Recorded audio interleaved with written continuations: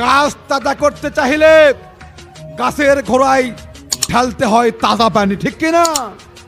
ইসলাম নামে যে গাছ, এই গাছকে তাজা করতে চাইলে মুসলমানের তাজা রক্ত দিতে হবে। কথা বলেন ঠিক কিনা? রক্ত দিতে কারা কারা রাজি আছেন? তথা বাংলার জমিন থেকে রাম বামকে দূরে সরানোর জন্য আমরা চেষ্টা করব, আর চেষ্টা করব সবাই নামাজে শামিল হব। বলে আলহামদুলিল্লাহ। আল্লাহ এই বক্তব্য কবুল করুন। আমি যে কথাগুলো বললাম, আমি দোয়া চাই, আপনাদের জন্য দোয়া করি। ছোট মানুষ আপনারা যারা এখানে আছেন, আপনাদের দুটো হ্যান্ডেল বালির সমতুল্য আমি নয়। যে সমস্ত কথা বললাম, আমাকে সে সকলকে আমল করার তৌফিক দান করুন। আমি আমার ওস্তাদের কাছে দোয়া চাই, আমি আমার এই ওস্তাদের কাছে দোয়া চাই।